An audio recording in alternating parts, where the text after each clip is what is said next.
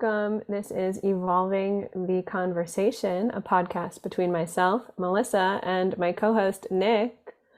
What's going on, Nick? Nick today is live from outside of Iquitos, Peru, where he's been studying and volunteering the past month at the Blue Morpho Lodge, which is now the home of the Blue Morpho Academy. What do you have to say for yourself, Nick? What do I have to say for myself? Well, it's been an interesting month. Interesting. How so? Well, came down to the Amazon rainforest. I did a 9-day dieta with Ramo Caspi, and I also added into that cacao and a bit of Mm. mapacho, and that went pretty well. That went actually really well. That was it's still unfolding really, but the main lesson that I've been getting from um Ramo Caspi is actually the opposite of what I heard of people and how they describe it, of like being the warrior of the forest. Actually, a lot for me has been like giving up warriorship and like this idea of going out and warring, on dark forces and dark energies and really just, stepping into a role of a guardian. And rather than like going out and trying to like find these things to just, like hang out. And if shit pops off, then I could go deal with it. But like other than that, I could just hang out and I can relax and, let divinity do its work. So don't go looking for trouble. Yeah, so like that's it's a pretty good idea. Or just like too, like even if trouble finds me, just to, not have to like have it be like a battle. And just like it's like things like that actually have really over like the past month have become very uninteresting to me. And really what it's been doing for me is teaching me how to just, be strong in myself and my own decisions and my own will and my own convictions, and really understanding that there is a divine intelligence to everything, and that divine intelligence has my back. Call it Mm. whatever you call it, the universe, you could call it God, you could call it source. I don't think it really matters what you call it. I think, what matters is what it is. Yeah, I that's just think that's intelligent. to not go looking for a fight, to know you could handle something, and to be strong within Yeah, yourself. essentially. That's been Mm. really the teaching of Ramo Caspi. Wow. Yeah. Yeah. How, what would you say what was your life like in terms of looking for this fight or feeling like you were a warrior? Well, I mean, in terms of the training that I received in the modern shamanism, a lot of that was about having protections and about if you come across any of these spirits that represent duality and any of the realms to, be protected. And a lot of that um that I've received from that was, like if I would be attacked to then really like go and really battle those things. Like, I mean, I've had ceremonies before where, it was just like lining up of armies of like these demonic forces like you would see in like Lord of the Rings, and then going to battle with these things. And really what it was is me going to battle in my own psyche, and some of it was outside of my own psyche too, but a lot of that was just in my own psyche. And so really what it looks like is just like ending the battle in me. It's something that really, from last year, from a really deep experience that I had, and actually that we shared in, and that it planted the seed that that's something that I'm interested in, is just ending the battle in me, ending the Mm. battle in my own awareness, and just coming to a deeper level of harmony and peace within myself. Mm. That's really a lot of work. And I think that's such important work. That's some of what we did. I was also just in Peru at the Holoconia Lodge participating in an ayahuasca tour. And that's a lot of what we did in a ceremony, like finding the peace within inside of ourselves and really helping consciousness to end that war, because there is a level, like in some of the maps of consciousness there are levels, like the tribal consciousness for example, which is just all about the fighting, Yeah. and all, like that's how That's how you win. It's not Yeah.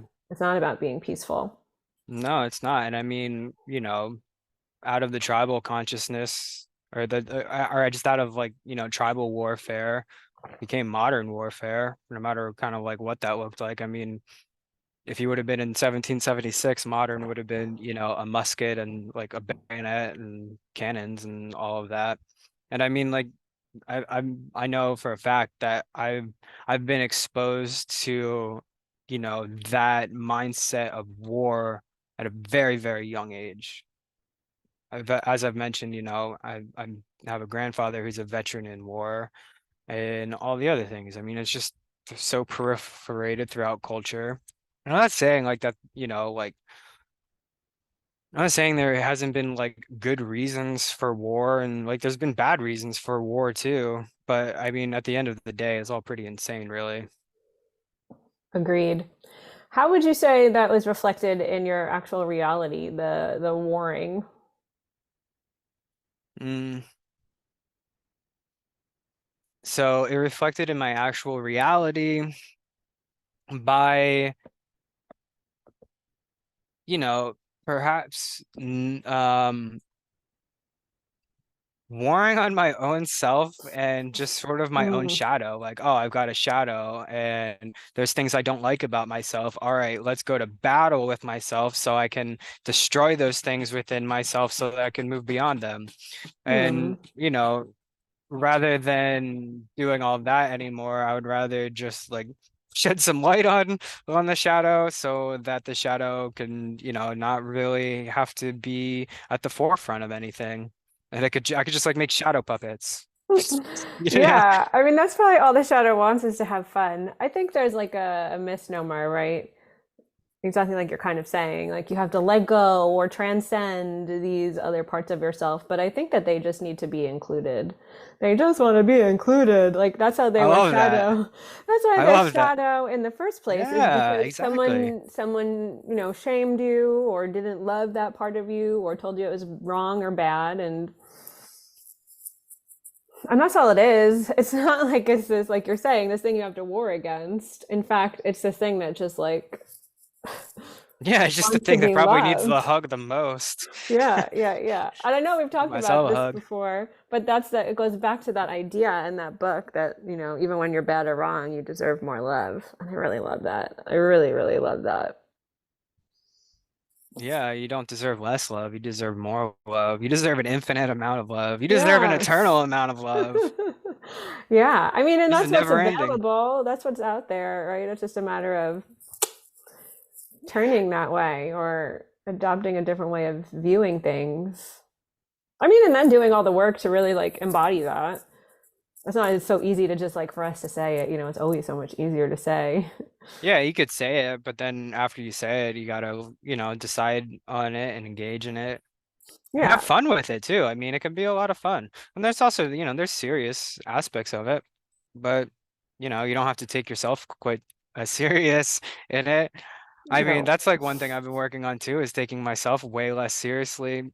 And the one thing that one of the volunteers helped me to uncover in this sort of journey work is to take the medicine very seriously, but to take myself in the medicine less seriously. Yeah, we're actually on a podcast. You want to say hi? You're gonna be What's you're gonna be in up? the podcast unless I cut you out. No, you're okay. You're okay. You didn't know. No, you're fine. You're fine. Hi. Let Love me know if you you. want me to cut that out.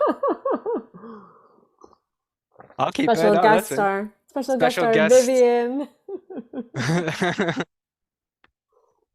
Mm, That's funny. yeah. Yeah. Yeah, not taking yourself so seriously. No, yeah, not taking myself seriously, but taking the practice seriously. Then that's something like I knew all along too, but it's For just something sure. that I really solidified within myself and actually came to a deeper understanding that it's much, much better to just, you know, like have fun with yourself and be goofy and like not worry about showing up and being weird and people are going to take you however they take you, and you don't really have any control over that in the first place, so fuck it. Yeah, that's pretty liberating. Yeah, yeah. It is very liberating. Yeah, that's cool. So I have another question. When you say that Raymond Cassidy is teaching you, how to be less at war and more at peace, how did those teachings come to you? Those teachings came to me in just a very deep internal knowing, like Hmm. that, I already set the intention of like I really wanted to end the war in myself about a year ago. And these things don't quite play out so linearly. And so, and so like actually, you know what? That's a paradox because it's like they don't play out linearly, but they do play out linearly. Both is true. So you just got to see beyond the duality of it to really understand that one. And and just so it really came to me in, deeper and just like the internet connection is unstable. Well, we'll see how far we get. But anyway, Yeah, I hear you fine. just a deep internal knowing. That's usually how, my guides and allies communicate with me. When I brought Ramo Caspi into my body to become that guide and to become that ally and to become that medicine and to become that guardian for me too, is really, communicated with me just through a sense of inner knowing, a sense of intuition, also imagination, and through my dreams. Mm. And yeah, a lot of my dream states too have been focused around just not giving away my own power, And how so were meaning you giving it away? Or how not to give it away? meaning really so just getting the guidance to really work on not being a people pleaser. For a lot of my life, I've been a people pleaser just to get people to like me. And at the cost of, my own mental well-being and my own physical well-being too. And so really just, the plants don't do the work for you, but they can really guide you in becoming better and improving yourself. And so, I just got the guidance of like, hey, would you like to go this way and not become such a people pleaser anymore? I can show you how to do that, but it's up to you to do the work. And so once I got to that part of it, I said, yeah, like I really don't want to I don't want to suffer from the people pleaser syndrome anymore. And so, I mean, like now it's the work of like really saying no um, to if I can't do something for someone, just being flat out and saying that I can't. Mm. So that's one way your people pleasing tendency would show up is to do whatever people would ask you to do Yeah, and be afraid to yeah, say no. and be afraid to say no, and also too to not take on more work than what I'm actually capable of. Mm, yeah, that's a big one. I Yeah, know for you, you always feel like you have to give 100. And I know you're working on even always just giving 100%. And for me, I always look at that, well, like even 100%, some days I could be like an 80% thing. Your 100% could be 80%. yeah. Well, I think the within 100% means knowing exactly how you feel in the moment. And so, if you're feeling low energy in the moment or you're feeling tired in the moment, perhaps your 100% is just to honor that feeling within yourself and take a rest if Yeah. or Or when you not, can too. yeah, or not even use a percent. Just, trust yourself that you are doing the best you can and you're not just trying to, you know, take it Yeah, easy. And even if you do have to take it easy sometimes, I think that's okay too. absolutely. I think resting gets a really bad rap. Yeah, I mean, I think it's really too part of culture, part of a lot of culture where it's just like go, go, go. And then like it goes back to like, the thing of like give it 105%, give it 110%. I mean, you hear it in sports, you hear it in so many things. I mean, how many people have told you that throughout your life? I can guarantee probably more than one. So you know, it's just like that's a seed that gets planted in you. And when you believe it, it creates a lot of hardships because ultimately you're never really capable of giving more than what you're actually capable of in the first place. Yeah, and I think oftentimes we don't even know what those capabilities are. I don't think that we really honor the capacity of people and just assume that everyone everyone has the same capacity. I think Mm-hmm. we're oftentimes looked at like Mm-hmm. little bits of machinery, right? Where all we Mm-hmm. all came out of the same factory mold, all made of the same material, and we're all just put into our place, and we're just expected to go go go go go go go go go go go go go. Mm-hmm. Yeah, and like what you're saying too about just, expecting everyone to be the same is, having to show up in competition. And, like Mm. if you're not putting out a certain, level of productivity, well, then you're not as good as the rest. And if you're not as good as the rest, well, get the fuck out. That's that mentality. Yeah, I like that perspective also because I think if we did look at things from a more like cooperation standpoint, and look at like the more of the internal value that people have as opposed to like the external what can you produce. Mm, I think things would be in a different kind of balance. I mean, yeah, some people can go and do more than others, and some people have to go and do less than others, and that's just the nature of their being. yeah, and perhaps, some people can, like in that situation that you're describing, perhaps like with those two people, this one person might be able to contribute more in another area that they're uniquely talented for, and this one person can contribute in an area more that they're uniquely talented for. So it's not like apples and apples or apples and oranges. It's just like, there's however many billion people that are on the planet, and we're all unique in that sense. And I mean, looking beyond the paradox of it too, if we're all unique, and we are all unique, but just as posing it as a question to really get out this idea, if we're all unique, therefore we're all the same. So we all know what it's like, to have certain experiences. And within that, there's also the individual experience too, where we don't know what it's like to be another person. And everyone experiences that. No one knows what it's like to be another person.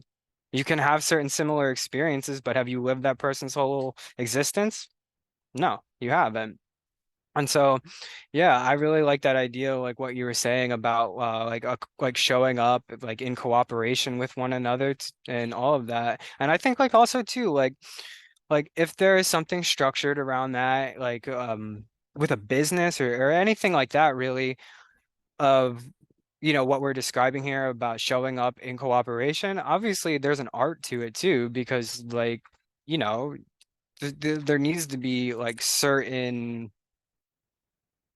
um I don't want to say expectations, but like, certain things that like need to be done, and Like a it's responsibility. responsibility. That's a much better word. I like that word much better. Yeah. Yeah. Yeah. So what have you been up to? What have you been working on? What have I been working on? Well, I am in the middle of a another dieta. Ah, nice. How's that going? Yeah, it's going really well actually. We started with a 3-day water fast, and now we introduced some food. Hmm. And yeah, I've been surprisingly full of energy. I don't think I drank enough water yesterday though. My foot was doing this thing where I couldn't control it, and it was just like this is my foot. It was just like moving this way, like in a, I guess like a kind of like cramp. And then Hmm. I woke in the middle of the night with a leg cramp. I definitely had some kind of dream where something was going on yesterday, but I don't remember what. I don't know if I was getting something or something was being balanced. I don't know. So I've just been trying to focus on connecting and communicating with the spirits. I like how you talked about before that your communication comes as that inner knowing, because I think that's oftentimes how mine comes. And maybe this illustrates or illuminates the trust issues or trust that I've been working on, because I do trust the medicine and the spirits, but sometimes I do feel like my communication is just, we've had this conversation before, it's just like the skill that I need to really continue to work on. So your guiding spirits communicate with you through inner knowing. Yeah. So you know that. Yeah. So you know that beyond a doubt. Doubt can't touch that. You know it. Yeah. When you know something, you know it beyond a doubt. So, That's true. you can just release that doubt in that inner knowing that that's how your guides are communicating with you. And Mm, really, that can serve as a really strong base then to work on opening all of the channels of communication, right? Like in the Ikaro, Shungoini, opening the channel of communications. And, that for me, from my experience, that base of that inner knowing is just like the strongest channel of communication that I have. That way I can work on that while I'm working on opening up all of the channels of mm, communication. yeah. Because there could Well, be blockages, and I mean, that's okay. And you just work on unblocking them. yeah, yeah. Well, I like how you said that. So I think I probably like to play with the doubt. So I will stop that. Start doing something else. Start trusting, like you say, trusting that is how I receive information. And I was just going on a walk because a lot in my ayahuasca ceremonies recently, I've been like receiving that I have this ability to like hear like vibrationally. So I was just Mm, kind of like playing with that. Yeah, I got that information a couple of ceremonies ago, and then one of my last ceremonies, I was learning how to work with the colors and like hearing their vibration. Also, it's mm, something I was practicing in one of the that's neat. ceremonies. Yeah, That's really cool. I've yeah, never like thought about that before like that. That's really interesting. yeah. Did I mess that up? The Shungoini? Let me see. No, that's like your inner. That's like your inner column of light, like what would be called the chakras in the traditional practice. They call it your shungoi. That's your inner core, your rainbow body. I'm looking it up on What are the you looking it Ikaro up term. in? I'm looking it up on the Ikaro term list. Where is it? How do I Mm, spell that? Is that with a C I or think an it's S? CH. Oh, it's CH. I was looking under S. CH, CH, CH. Why can't I Or find maybe it? it's not. I don't know. Maybe it's S. Let's go down to S. Maybe I was just trying to rush through it. Oh, yeah. Heart, no. So, yeah, Shungo, Nisitoya ni, Heart Center. So, I mean, the Heart Center, that seems to be, the inner knowing. Your heart just knows. Yeah. Yeah. So trust was something that I've been working on a lot too in the last few ceremonies that I had. Hmm. How'd that go? Um, it's a work in progress. Still It unfolding? definitely, yeah, yeah, yeah. I mean, I just got back on Sunday, so there's a lot to be integrated. I was just doing a lot of mental purging, a lot of purging of worry and fear and doubt. And Hmm. so there was just a lot of, as it's happening, you're experiencing it all. So it was just like nonstop. "Ugh." So when I was asking for information, I just had a hard time trusting what the medicine was telling me. So then my next ceremony, Hamilton told me that I'm trusting, that's my intention is to trust what the medicine told me. And the medicine told me that I don't have to worry about my health. So I'm just working on, trusting that. Hmm. And then also like integrating, well, what does that actually look like in terms of how I move forward and like what I decide to eat and what medicine I decide to take and, what doctor do I decide to go to? What test do I decide to get? Yeah, that sounds, like you definitely received the upgrade. Yeah, I hope so. No, I definitely did. I also had this intention to align and activate on my cells to like the vibration of health to activate like the cells and the molecules and the atoms and the subatomic and the quantum to healthy vibration. Well, Mm, that's something I've still been working on, like really trying to feel that and attune to that and like kind of like breathe with that. Knowing that I'm breathing in like source and divinity energy and sending that to all the cells. yeah. One of the one of the people here was talking about sort of like that you ever seen that experiment that what they would do is they would speak into water, Mm, and they when they would speak into the water, they would speak like, I love you, water. And then it would like look like these like awesome like fractals of like snowflakes and like these beautiful images. And then like they had one for gratitude, and then they had like one for, like happiness. And then the other ones are like, you're a piece of shit, fuck you, water, like all of that.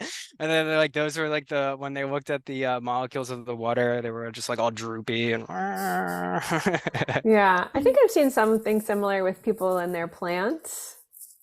Yeah, yeah.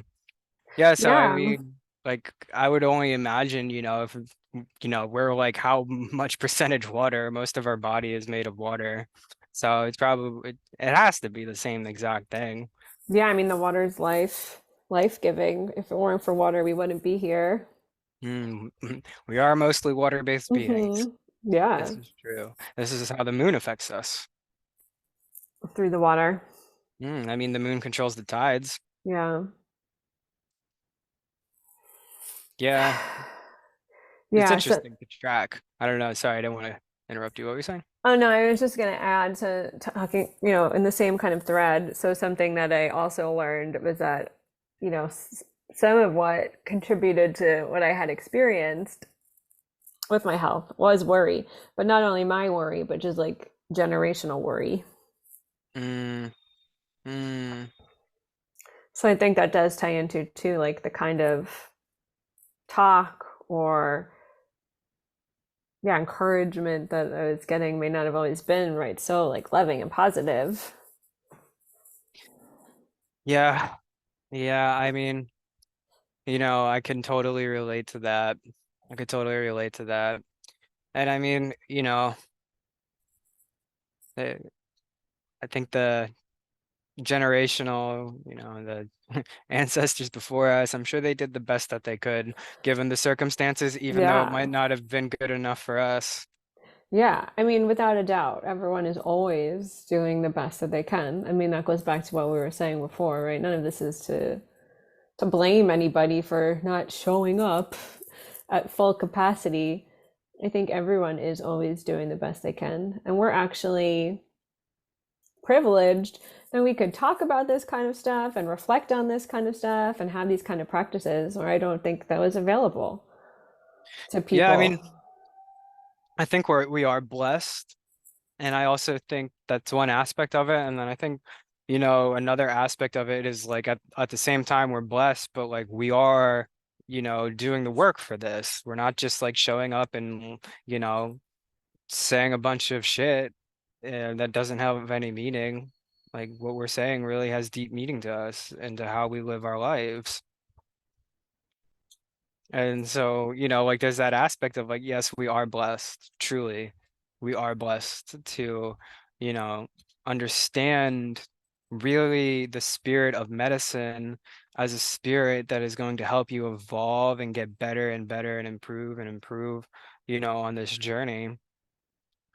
But, it is your intent, and that's that guide light and the work that you do to keep, moving forward with that intent. Oh So yeah. like give yourself a pat on the back is what I'm saying. Oh yeah, yeah. No, I'm just saying, I mean, I think we just started this out like talking about, sometimes I'll talk with my mom about this stuff and she just like takes this defensive posture. Like Mm, like I'm blaming her. No, I'm just saying you didn't even have the space or people didn't even have the capacity to have this kind of consciousness a little bit ago. yeah, I mean, I've experienced something similar when I would bring up certain topics with my mother or father. around just like I wanted to have an open conversation and just be honest and truthful with one another about the past. And I don't really know. I don't. It seems, and I would like to know from how you've experienced maybe similar things, but when I've brought up sensitive subjects of like, hey, this really hurt. And then they would, hop and get all defensive and be like, well, why are you being so sensitive? Or, I mean, this wasn't even just like with my mother or father. Like, I've experienced too, like a cousin who's like, yo, what you're saying is actually hurtful. And, well, why are you so sensitive? Blah, blah, blah. So you're insulting me, and then you're telling me I'm the one with the problem? How Yeah, crazy. I definitely have had similar experiences where I've been told I'm sensitive or I'm difficult from family members. Um, and I think, and then also, right, kind of explaining my perspective of how something affected me and it being met with a defense. And I think people at the time are hearing, like, you're saying I'm hurt. They're hearing I did something wrong to make you hurt. They're not even able, because for them, they're not even able to be in your position and understand that what you are feeling. They're not able to empathize with how you feel because no one ever did that for them. They never had that experience either. Right? So they're just a defense. They're just closed. It's a defense mechanism. It's Mhm. also part of that, we talked about this before too. It's like that cognitive dissonance kind of too, where you cannot take in information that literally is not in accordance with like what's inside of you, like your beliefs and how your nervous system operates. You literally don't take it in. It's like you're almost talking to this like closed brick wall, and it's not their fault, right? That's just how their system and has developed over time because of the environment that they were in. I think it goes back to what we were saying about the shadow and just, shedding light on the shadow. Yeah, I mean that's part of what it is. It's like these closed off little pieces that then, right, kind of get hardened, and then they block off like the flow of energy a little bit, and then right, certain things could kind of like flow through, like what's familiar. Yeah, and sometimes shedding that light on the shadow could mean, loving them at the end of a 10-foot pole. Back. Totally. I mean, Keep your it's space. not easy to be in relation with people that maybe that is hard to communicate with, or you don't see things eye to eye, or aren't putting in the work that you're doing. But then I think there's just have compassion for where they are and know what you can and can't talk about. Yeah. And from my experience too, is having patience because, you know, I've had difficult conversations with family members, and some of them, like when I would plant that seed of like, hey, this is really the difficulty I'm having with you. Can we work on it? Maybe like a year goes by and like that seed actually starts to evolve and grow. And then like maybe when they're ready to talk about it, they'll come and talk to me about it. I've experienced that. And yeah, it's not always easy to have the patience to like that's definitely like it takes a lot of work and actually a lot of discipline too, and a lot of forgiveness because like like for me, I'm human, I'm gonna make mistakes and I'm gonna continue to do so. Sometimes I have a tendency to rush things. I don't know if that's like actually completely all gone out of my own awareness, but No, and I don't hey, know if it ever will be. I don't think like maybe doing the not. work is like makes you this like like perfect, like Right, you do no wrong being. right, It just means that right. you recognize a lot of it and you have the tools to repair. And just like you said, you have that intention. It took you a whole entire year, right? I mean, I know Hamilton always says that some intentions happen like in one ayahuasca ceremony, some intentions happen in like 2 months, some happen in like 5 months, some happen in a year, 10 years, so on and so on. You know, Yeah. you can't expect someone to just change like that. No. And the And change actually is too, incremental. That's actually more sustainable change, is for it to be little by little, bit by bit, day by day, just like a slight increment that you could build on. yeah, and it's also too, it really touches on, you know, like you might be able to create an expectation about how you want that person to change, but that's just your own expectation. That person's free to do with, Yeah. life with whatever they will do, really. Yeah, and why should someone change according to your expectation? It's not your life, it's their life. Of course, you want maybe your mom to be like the best mom and treat you this way and compliment you and blah, blah, blah, blah, blah, do this, that, and the other. But that's what you want. What does your mom want? Right. Right. And I mean, like my mom's been the best mom she could be to me. Yeah, mine But too. yeah, and I think no one's perfect. Just no one's perfect. No. It's just at the end of the day, we're all human beings. We're all going to make mistakes. And I think really, when you do the best thing when someone makes a mistake is, depending on the severity of the mistake, but, just, offering them compassion. And I think that compassion is knowing like you're capable of making mistakes too. And I mean, like I said, depending on like the severity of the mistake, whether you want to like continue maintaining a relationship with that person or not, it's totally up to you. Yeah, I mean, that's what boundaries are for. Right, right. And what I was touching on before with the love at the end of a 10-foot pole were the habitual line steppers. Yeah, and there's nothing wrong with that. I mean, it might be painful, but sometimes that's what we have to do to protect our own peace. Like you were saying, going back to the lesson that you learned, it's not about constantly fighting for the peace. Mm-mm. Maybe knowing that you could fight if you need to, but it's Yeah, about like, what do you need to do to bring that peace forth? yeah. The one thing that I've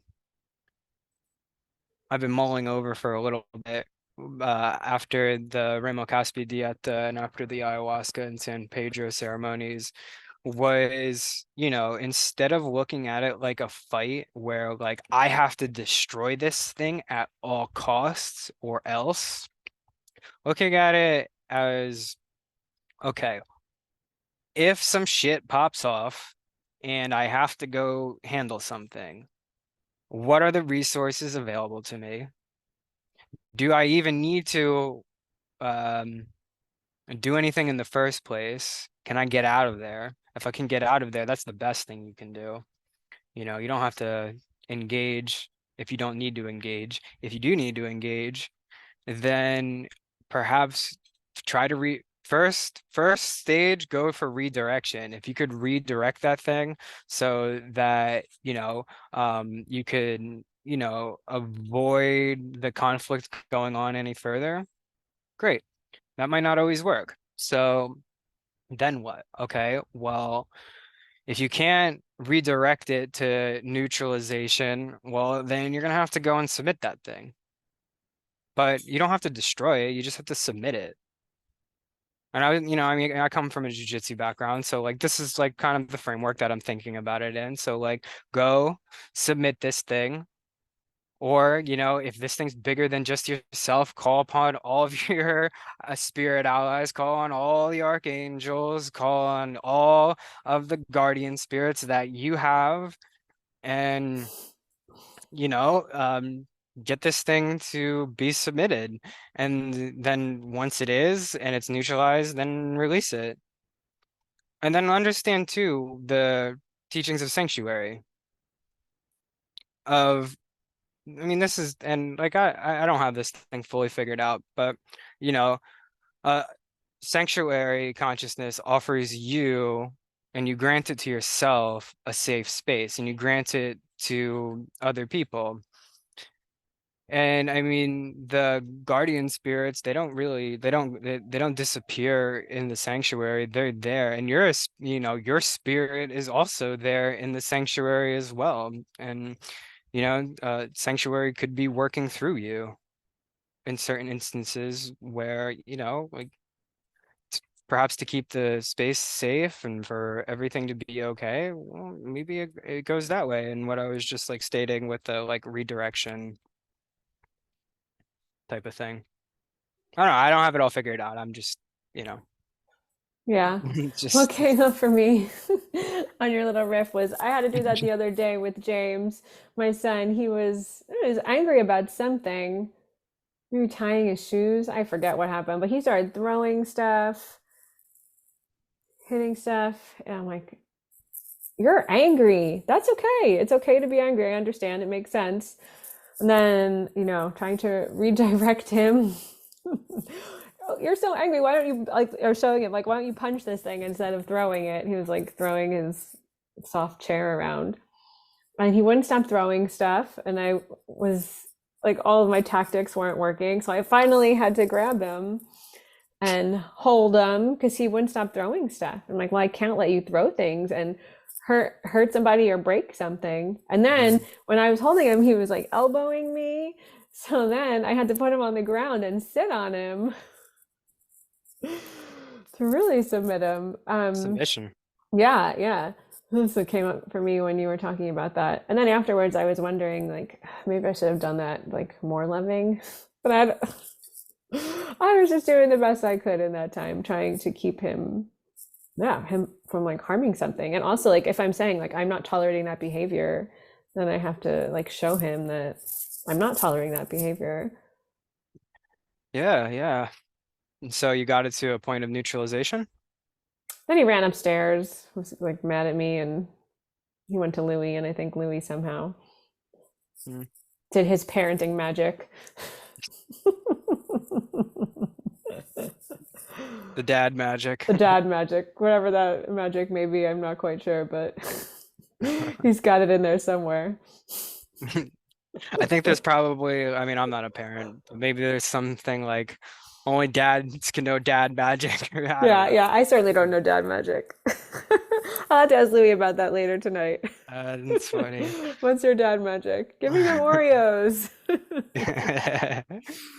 feeding them Skittles.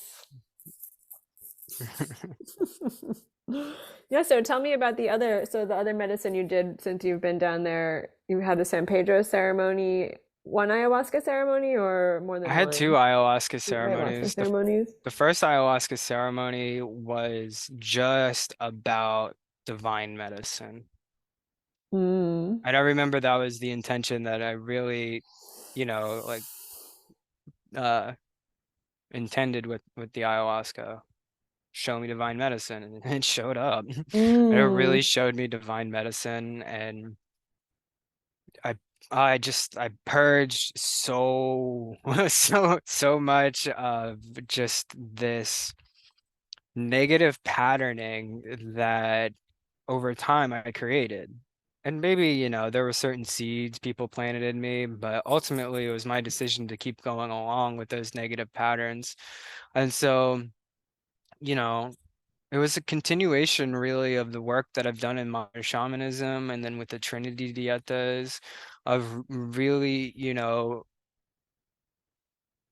improving and releasing the negative patterns of behaviors that I created so that I may change in the presence of divine medicine or divine love. And I felt so connected to everything all around me and everyone. And I just felt this sense of peace and of calm and knowing that really that there's a divine intelligence that is just greater than just myself, you know. I mean, like yes, I understand I am a spark of divinity, but so is everyone else. And so is everything else. And that whole thing, I really firmly trust that there's an intelligence to it that I don't always understand and I can't always understand just being, in my own individual body. Like you said, like there's only so many stimuli you can actually be able to receive. Yeah. And so it was really just trusting the universe or God or source or divinity, whatever word you like to give it. And just really coming into that state and understanding that practicing divine medicine and using shamanism and using plant medicines for all of that, and for, the intentions of the divine medicine, and for using that to be able to guide my own transformation and helping myself and being able to guide others and helping them in their transformation, and for, the shamanic knowledge and wisdom is really, really deep inside me, and it's something that I decided a long time ago, and it really just solidified it in my body. Amazing. And So that was your first ceremony. that was my first ceremony. Did you physically purge or was Oh it like yeah, yeah, I energetic? Yeah. physically purged for sure. Mm. Yeah, both through my mouth and through my back end. That's for Uh, damn sure. at the same time? Yeah, no, it was no, not at the same time actually. And then like I remember too, just pulling shit out of me. Like pulling like that, just like lower vibration energy, and pulling it out and putting it in the purge bucket. Mm. And like That's even cool. too, like I like learning how to purge through breathing. Yeah. Or like having like the purge bucket still there, just being like, ah. I remember those days. I used to sit with the bucket on my lap. Now I'm like, I just don't throw up. Like, I don't need this anymore. So, and also too, in the first ceremony, really with connecting with the divine medicine and these states of universality of the teaching that Maestro Hamilton has taught, of the nine-dimensional realms of, universal consciousness. And I remember at one point it was just like it felt just like this, like lightning just strike, just zoom, like right through me. And I remember just like repeating those, like, I am the universe, time, I am consciousness, movement, motion, state, being, love. I was like super, super fast. Mm. And so that's what I got from the first ceremony. And then from the second ceremony, I I didn't puke or anything. It was very peaceful. And I just connected more with those intentions of um of the divine medicine, and learning from the divine medicine, learning about the plant medicines, learning how I can guide my own transformation, and to the people that I took responsibility for in guiding in the shamanism, to really, you know um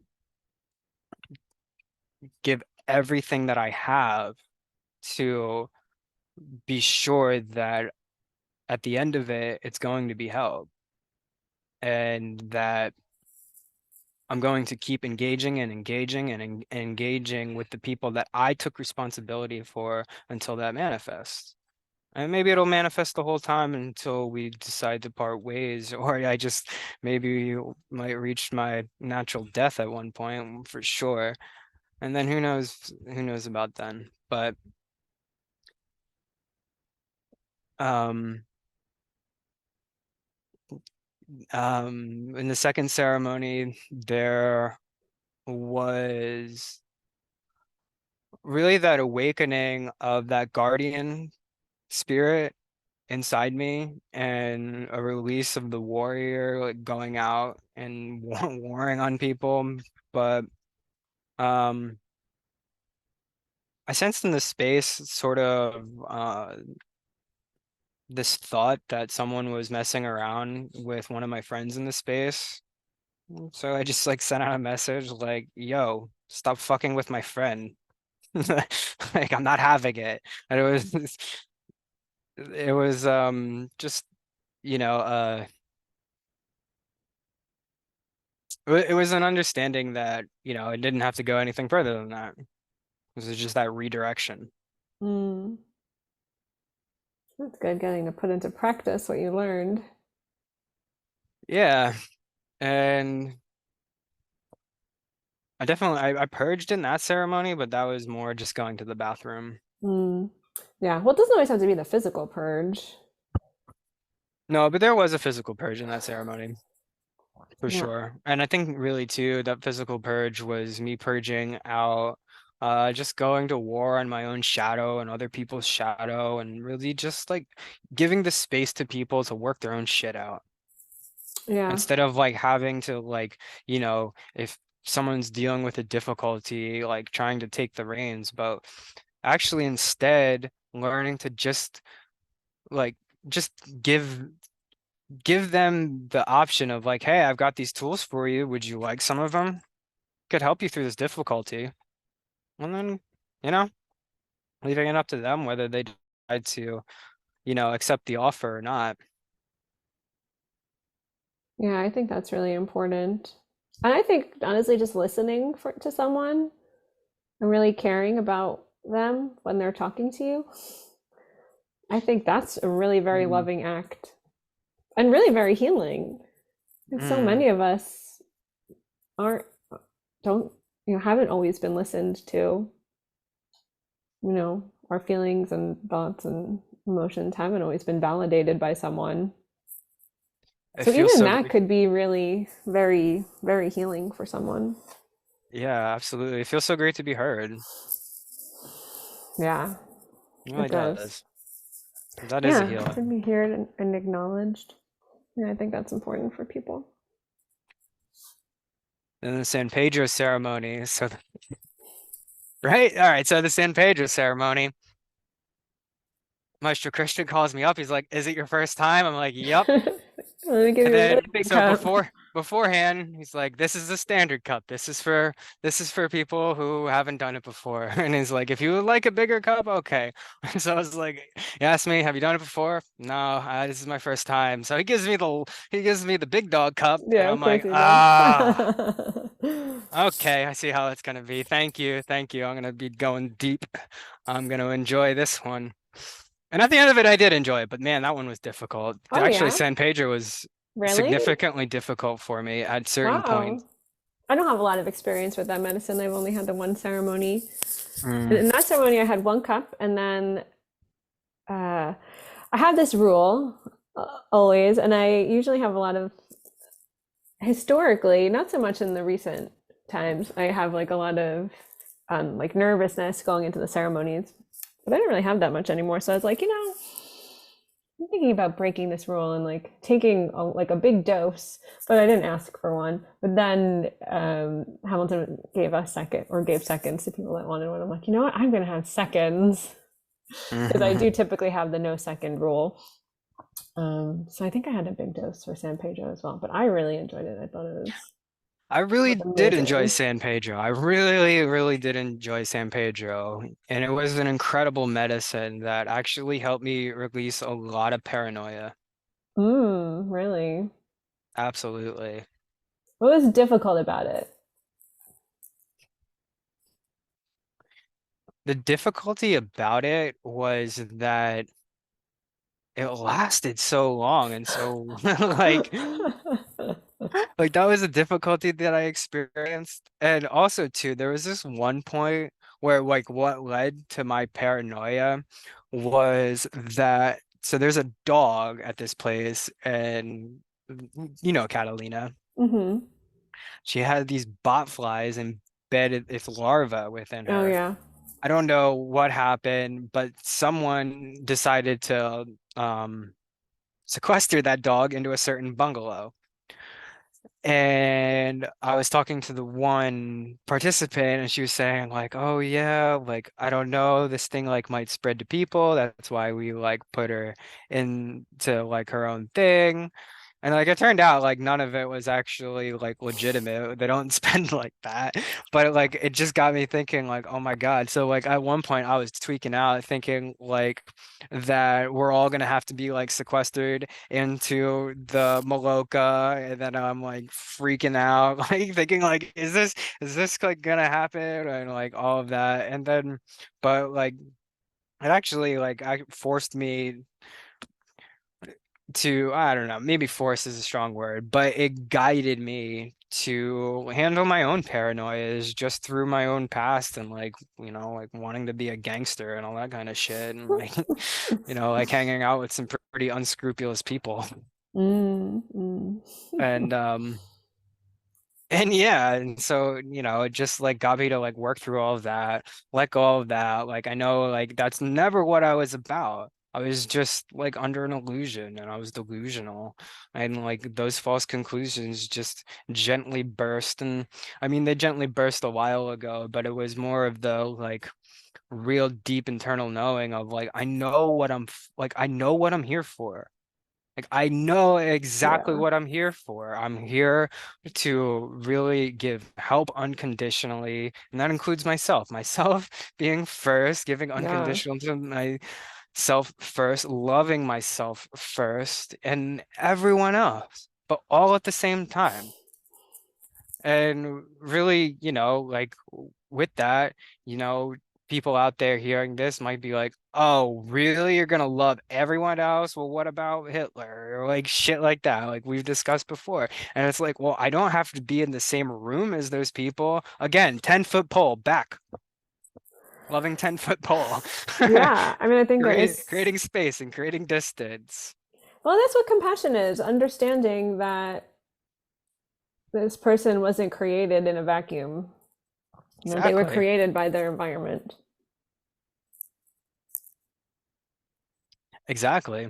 Exactly. And so And San Pedro too really just opened my heart to the community of people that, were around me and you and Lou and just Frankie, everyone. That's And sweet. just like the people like too, like reminding me like we love you. We love you. And I was like, ah, heart open. And then like I remember like the one thing that the the one person that was around, he just like looked me in the eyes and looked in my soul and was like, "Don't pretend to be weak when you're strong." I was like, Mm. "Oh my God, like this is like divinity being channeled through this person right now." And like that is a message. Like principal guide channeling through this person, God code, source code. This is the message. Wake up. And so it just like woke me up and like really empowered me. And it was just such a Mm. beautiful moment. It was so beautiful. It was so incredibly beautiful. And I'm just so grateful to have had the opportunity to experience that. And I hope I get to have continual years of experience with it and continue to deepen my relationship, with everyone at this place. And even if that means like, like going and doing my own thing for a little bit, but like still knowing like I have connections with these people and that ultimately at the end of the day I seek the best for everyone. And that is really like the best I can do. Yeah, well, I think you're amazing. I think you've done such deep work. I'm really proud to have you as a friend. I'm so happy to have you as a friend. I consider you one of my best friends and Yeah, thank you so like much. like like an older sister in this, journey of exploring the medicine together. Yeah, that's great. I'm glad we get to explore together. We only have a couple minutes left. I had a similar experience though on San Pedro, where what came to me. So what I've been working on a lot is like opening up my voice, and I want to be able to sing and like sing in front of people, and also just really like stepping into almost like what that person told you, like don't pretend that don't pretend that you don't have this like great ability or this great power inside of you. Really allowing myself to bring that forth more Mm, and really owning like the value that I have created in myself, and bringing that out more. And so in San Pedro, it was for me, it was like I'm singing a new song. it's Um, beautiful. yeah, and just really like, right, like being able to stand in my awesomeness and be like, and feel it and know it and be like, when I say I'm awesome, like, oh, that's the fucking truth. Yeah, you're And fucking not be awesome. embarrassed or like, I'm awesome. Not like hope it's true. No, you know it. Yeah, You no, I are fucking awesome. know You it. know it, Yeah. right? Yeah, no, I fucking know it. We know it. We're awesome. Yeah, All you're right. totally awesome. We don't need to doubt anymore. We don't need to doubt it. Fuck the doubt. Fuck the doubt. No, let's not battle the doubt. No, no, no. No, no, no. We're done Let's just do battling. something else. Yeah, I'm totally gonna do something else. Totally on board with continuing to explore that like deep peace inside of myself because I'm done worrying as well. I think it's interesting too. I mean, you shared a lot. This episode I didn't get to share as much, and I'm not saying that I needed to, but I also have been experiencing a lot of what you Let's just keep going. experienced. Let's keep going. Oh If you no, have no, the we don't time, we have can to. keep going. No, no, no, No, no. Let's keep going. If you have the time, it's all good. no, We've no, got an infinite amount of time, but we do have our own priorities. So if you yeah, can keep no. going, I can keep going. Well, no, we have a few more minutes, so we're going to stop where you originally wanted to stop. And I feel like I'm like Louis. He always does that. Whenever I try to change my mind, he doesn't want me to. Look, I'm just saying, like, I'm open to doing another 30 minutes if you got the time. Are you If you don't have the sure? time, it's all good. Yeah, absolutely. I really would like to ask you, Oh. about these experiences with San Pedro and, with the current dieta and just like how it's all evolving for you. Yeah, well, what Come I on, we're was on saying, evolving no, the I know. I conversation. know. No, and I didn't mean that to be like, I didn't get to talk at all. I just meant like I didn't share my experience, but it resonates a lot with me what you were saying about ending the battle inside of you, because that's a lot of what I had experienced too, and really having to come to finding my own peace inside of myself and knowing that I have to make it for myself, but also really seeing how like a lot of my purpose is also, I mean, as I'm making it for myself, similar to what you just said, like as I'm making it for myself, I'm also doing it for like such a bigger purpose, right? Like we're doing it for like the consciousness of humanity, for everybody. So everybody can move out of this like constant state of being at war, whether that's like the war within yourself or like the literal war that's been like waging over land, money, resources, blah, blah, blah, politics, whatever the war de Or, jour is. or And like you killed my, not to minimize because it's right. serious for the people. I mean, it's life and death Yeah. for the people that are in it. Right, we don't want to minim when we're No, I not, don't mean and I that at don't think you all. are, but like I just would like to elaborate further too, like or like you killed my family and like I'm going to do everything in my power to come after you. And it's not an easy journey of that, but you know, I think it's, you know, there's no easy answers to it. There's really no No. easy answers to it, but if you can address it in yourself first, I think that's where really I would start.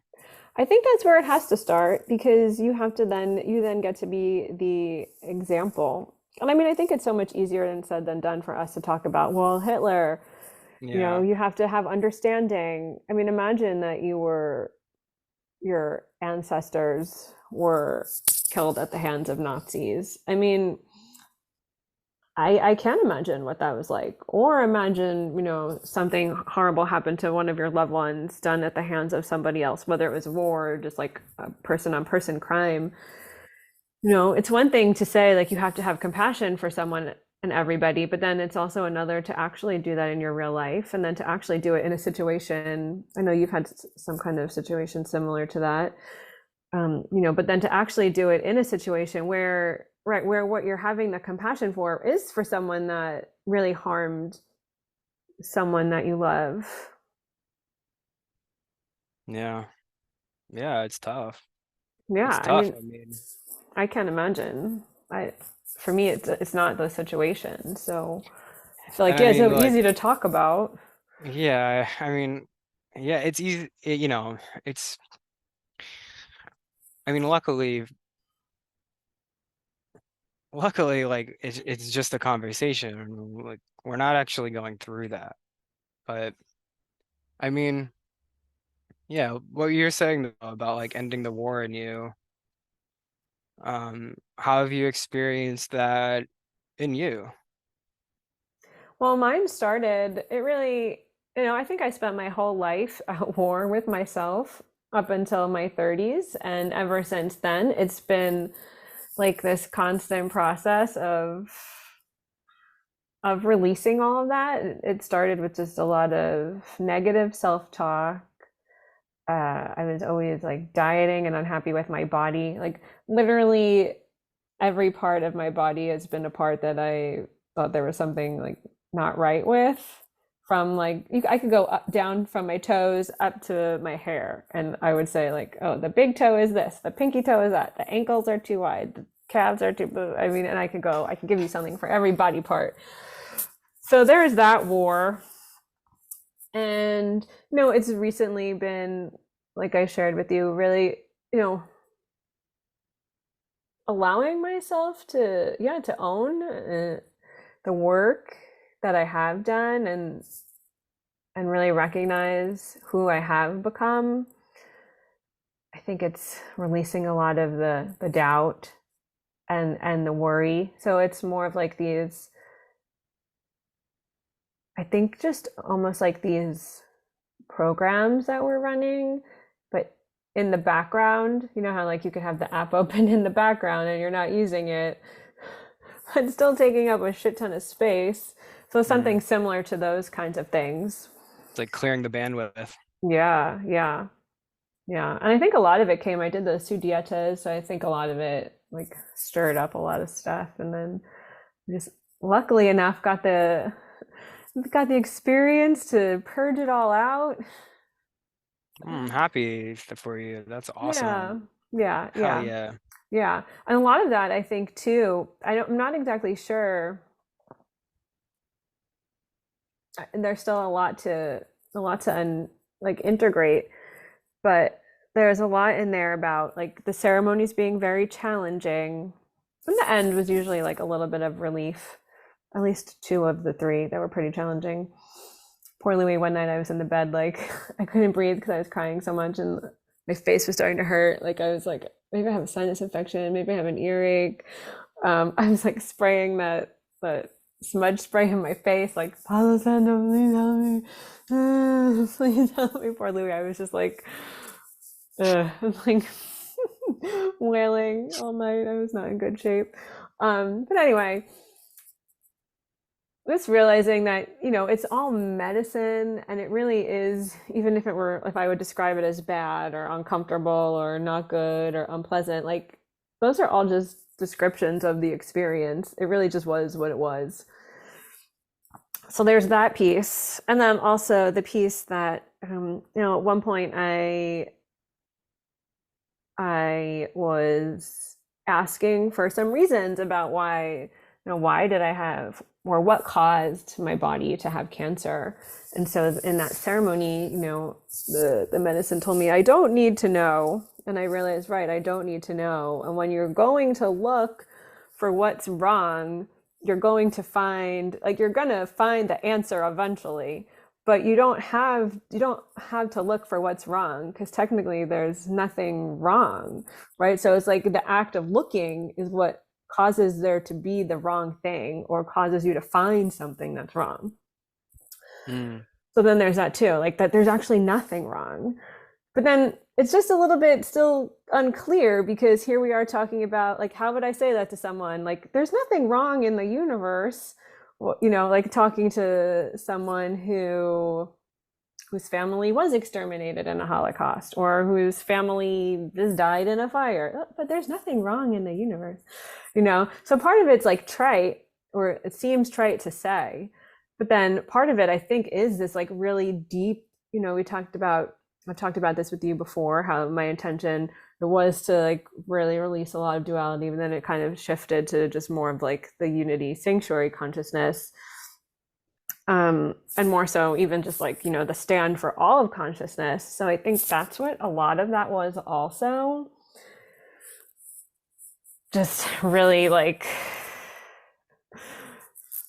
really going deep on that. Too, I just thought of, you mentioned like how could we say that to, someone who just like experienced a tragedy? Maybe we don't have to. Yeah, Maybe I just mean, as you said, I think I'm gonna reflect back to you your own wisdom and just say, you know what, maybe we could just be a listening ear. And when they're done telling the horrible, horrible tragedies, the story of it, could just offer them our love and ask them if they want a hug or something, yeah, Just, yeah, right. I mean, maybe there's not like a to B, or right. Like Maybe that that's the compassion. yeah, for sure. And that understanding doesn't necessarily, I think it's a deep, I can't even verbalize. I know what you're saying, right? Like, right, it's not like that wisdom nugget I would share in that moment. There's Yeah, I really don't know about that nothing one. wrong in the universe. Imagine someone said that to Yeah, right? Oh my God, you would feel like, are you crazy? It's not what I needed to hear. I guess that's why it's almost like it depends on who you share this with. Because at the same time, I understand people experience loss and tragedy and things that make them feel like there is something wrong or make them feel grief. And You know, this is just like reminding me of Siddhartha mm, and just, having the compassion to be compassionate enough to just be a listening ear. yeah, I think that's really important for people, like I said already. Yeah. Sometimes maybe that's really all that's ever really required in certain instances. I think in a lot of them, I don't know, we talked before we started recording, so I'm not sure if we talked about this then or or while we've been recording. But I think that's such good medicine for somebody. Listening medicine, Yeah. the medicine of listening. Just listening to them with love and compassion and understanding. And yeah, knowing that they're Beautiful. not wrong or bad for what they're experiencing. Mm. I think I was trying to say something else, but I The don't know. conversation's evolving. Yeah, yeah. My brain might be devolving in this moment. Nah. I walked out of the grocery store the other, just a few, right before we started recording, and for the first time ever, and I was in a very small parking lot. I'm like, where did I park? I've done that a lot. Yeah, I know that's probably normal, but that does not usually happen to me. Was it right where you left it? Yeah, I did find the Okay, car. because if it wasn't, then I'd be concerned. Then it would be really trippy. I Yeah, liked that how San Pedro lasted so long. I loved that. I didn't want to go to bed. I loved it too, to be honest, but I really, really loved it. That was the challenging aspect of it in a certain way, because for me it lasted like 20 hours. That's a long It time. was a long ass time, and like even the next day, I'm like, I still feel it. Like there's a Mm, hint of it there.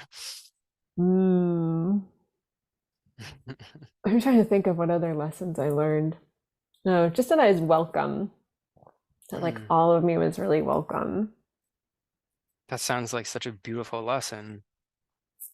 Yeah. Yeah. Yeah.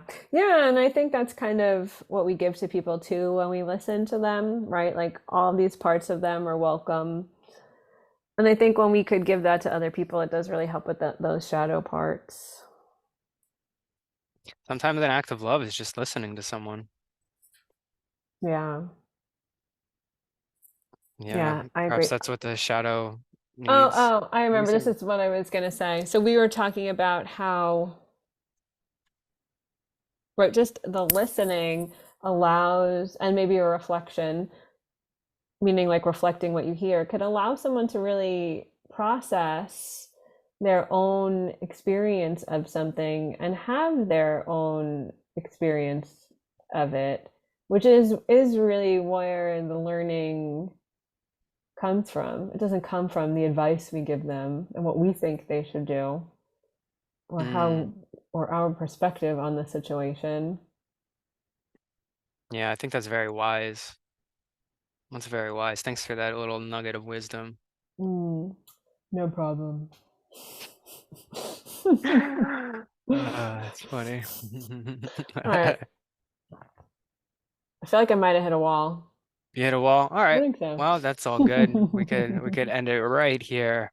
So thanks for everyone who's made it this far and is tuned in to listening to us talk about our experience, in this journey of medicine and just improving ourselves as people. If anyone feels called to it, I mean, the work's there for you. And hit us up and we can guide you to some pretty cool people. Shout out to Blue Morpho. And yeah, if you enjoyed this podcast and you'd like to help us out, hit that subscribe button, hit the like button, leave a comment. If you have anything to say, we're open to really any type of constructive criticism. Don't be a dick. In other words, if you're gonna write us, We only want to hear good things. only good things. And Only if you good say things. bad There's things, you're nothing wrong. wrong. There's nothing wrong in the universe. Don't contribute to the wrongness of it. Don't be the one Uh, thing wrong in the universe, man. the one thing.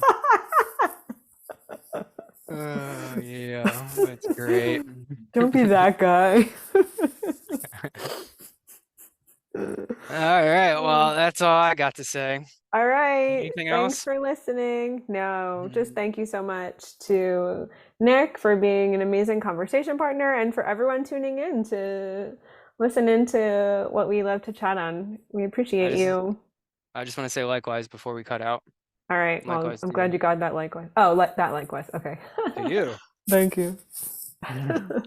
Okay. Bye. Bye-bye.